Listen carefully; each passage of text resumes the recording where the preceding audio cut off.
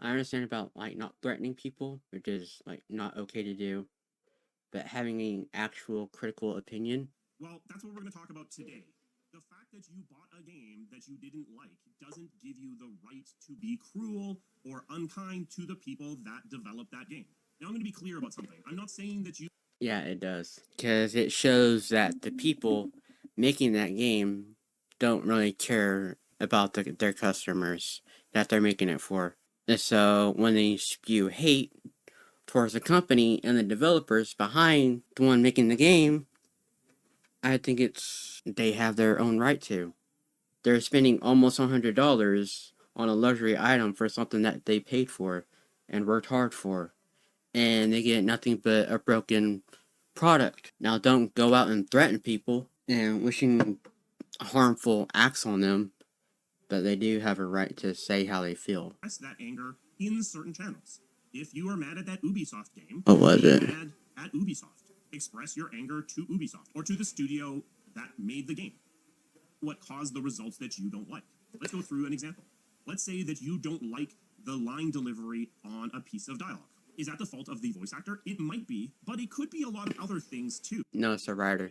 It's actually the voice actor, because there are bad voice actors out there, especially in like anime, like with English dubs. Other movies, like if you select like a certain language or choose, like say you're watching like a film that's only in the German language, but they give you other audio options in other languages. If someone was like from Britain or America, I was like trying to read the script, but translate it into that person that's speaking, like the person in German speaking, it could go wrong because it doesn't match the tone of that scene. So I could see why that would be bad, because they didn't do their due diligence. Now, it could be the voice director, and it could be the actor, the voice actor. Like they were not prepared for that job, and so it's on the voice director, of them doing a bad job hiring the wrong person for that job. Same with these people here, like Avowed, Dragon Age Veilguard.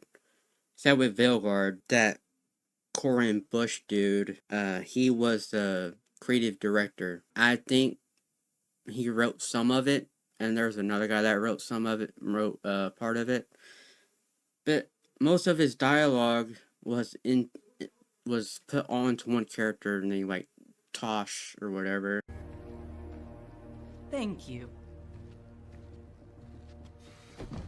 So, I'm non-binary. Who the starts a conversation like that? I just sat down. And all that character would talk about is what Corin would talk about. Like, he put himself into Tosh's character about him being non-binary and stuff, which is not indicative of what Dragon Age is about.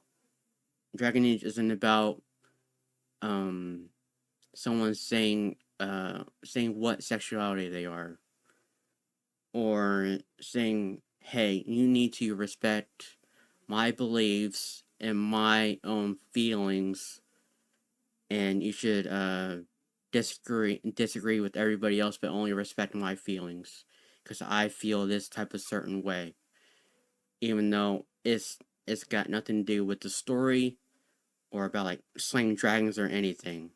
And it's in a fantasy era type of setting. Fantasy, medieval, magic, and all that other stuff. So, I think that's pretty stupid. Given very specific instructions to deliver the line in this particular way. Maybe the writer who wrote that line wanted it delivered in this particular way, and the stage direction specified this particular line delivered. Maybe the recording equipment at the voice studio went down, and the only take they managed to get was this first one that was done just to set the tone, and they were just kind of out of time and stuck with it. So if you go and you start attacking the voice actor for a line delivery you don't like, it might not be them at all. It might be something else. Indeed, it might not be the line delivery at all. Maybe the problem was the writing. So should you go attack the writer? Well, no, because why was the line written in this way? Was it written this way because the writer had a specific thing they were trying to say? Maybe. Maybe it was written this way because there was incredibly tight time pressures due to other externalities on their time. Maybe the direction of the game changed radically 3 months ago, and they had to rewrite this entire character in just 3 months, and you're just getting the first draft of that writing. Maybe the lead writer wanted this character. No, when that happens, that means you should just like scrap, like get a new writer or have like new management or get a new writer. Because if they're just gonna sit there and keep rewriting stuff and they don't know what else to do, then you should just get a new writer, someone that's more talented. If you have to keep rewriting stuff in order to make it perfect each time in a game that's only set for one specific thing, like one specific theme, then just get someone more talented for the job and not inserting your actual self into that game, because that is not what the game should be about. It's supposed to be about fantasy, like not real life. It's supposed to be about escapism. To be in a specific way, and it constrained what the writer was able to do while they were writing this character. Maybe the creative director on the project had specific goals that they had in mind, and they were pushing the writing in a particular way, or restricting how much leeway the writers had in order to express their vision on what the game was able to do or be. Maybe the executive producer, all of these people reporting up into the executive producer, decided that this game should be different in tone and was pushing the game direction in a different way. Or maybe the leadership of this project changed 6 times and the direction changed 6 times, and you're getting little bits of writing from each of these different directions. Right, so which is why it's not good to have multiple people on one project, because you're gonna have, if you have like multiple directors and they all have different ideas, and they want to have hire multiple different writers just for one particular scene, that's how you get a scrambled and completely mess of a story. Which there should only be like at least like 2 writers, like 2 or 3 writers, probably at least 2 max. But there should only like be 1, unless you're like writing for like certain types of characters. Then maybe you could use a little bit, like at least like up to 1 or 2 writers. That's how you get like movies like Brave New World.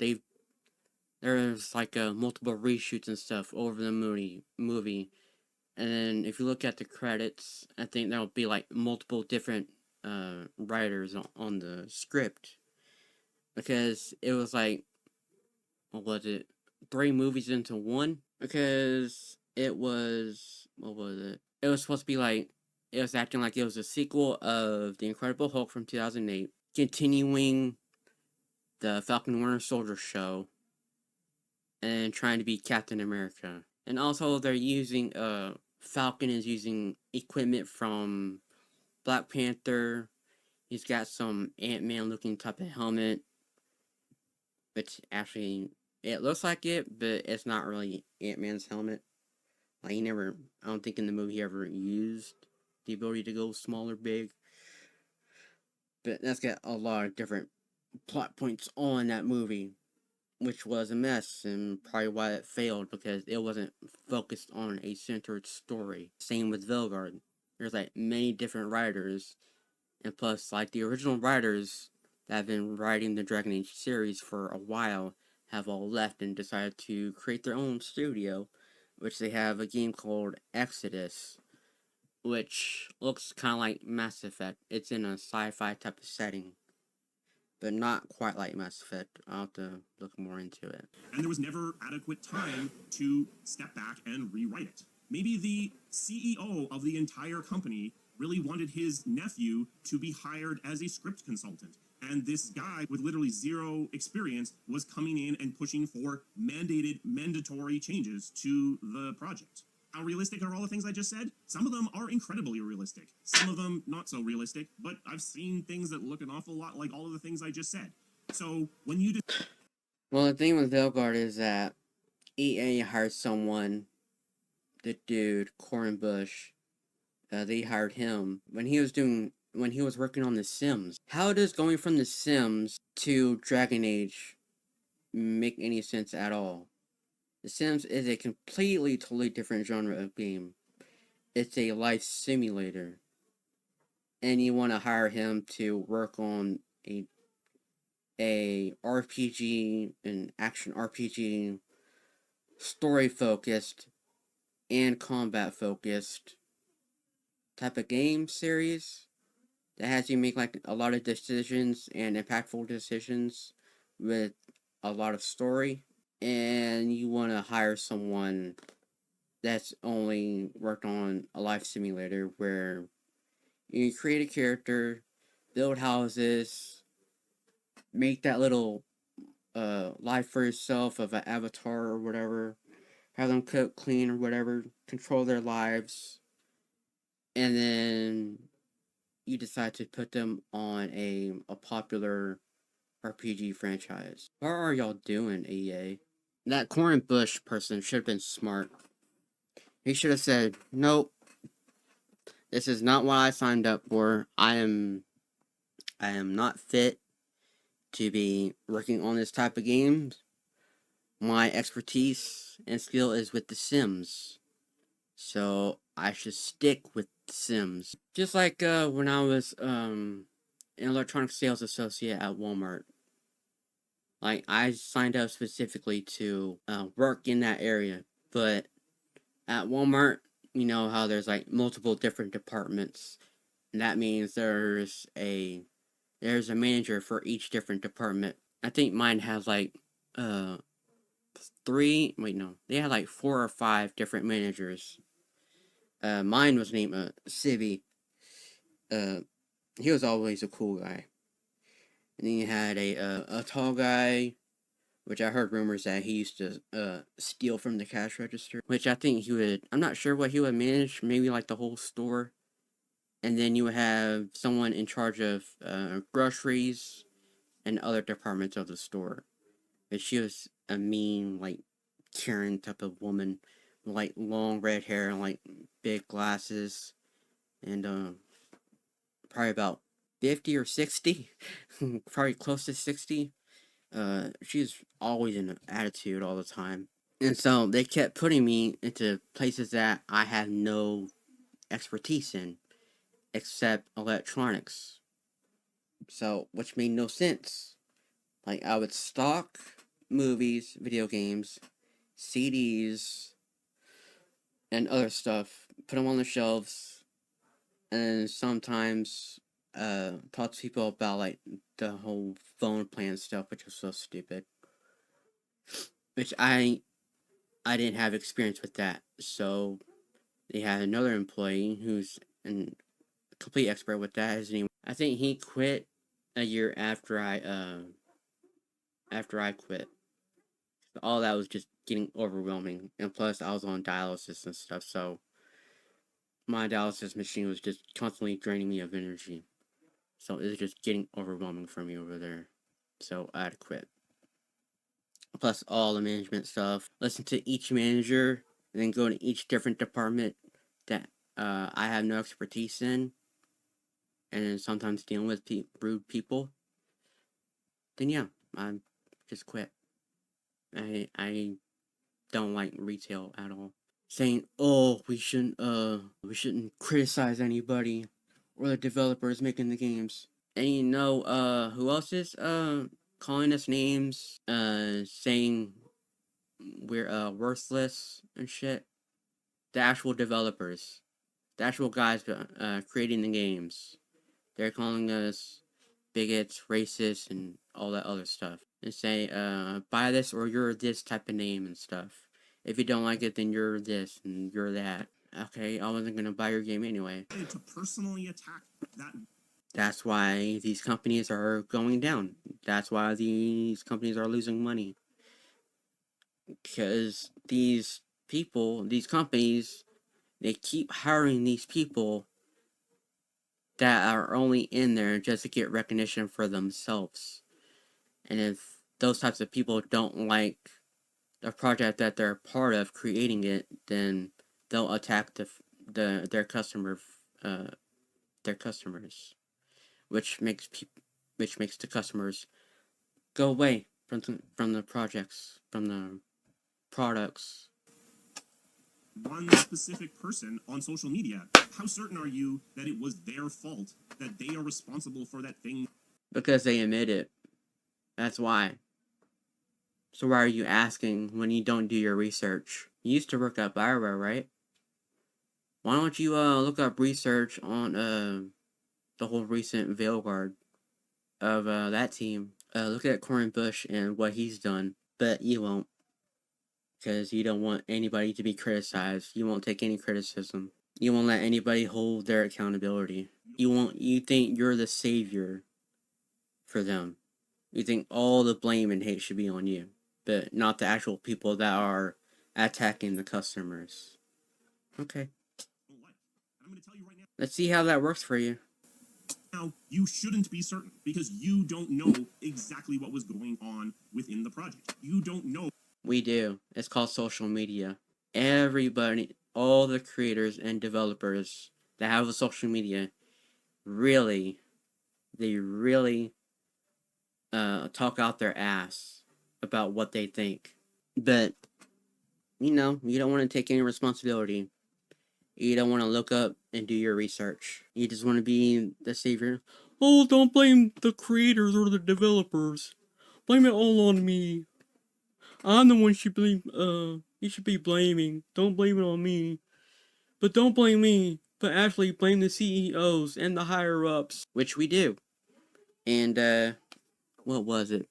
He said something about, like, tell us what we should do better. Like, tell us what we're doing wrong. Tell us what we need to improve on. And yet you say all that, and we do, and we vote with our wallets, and we do game reviews, and make our opinions on the games, and you just ignore it all.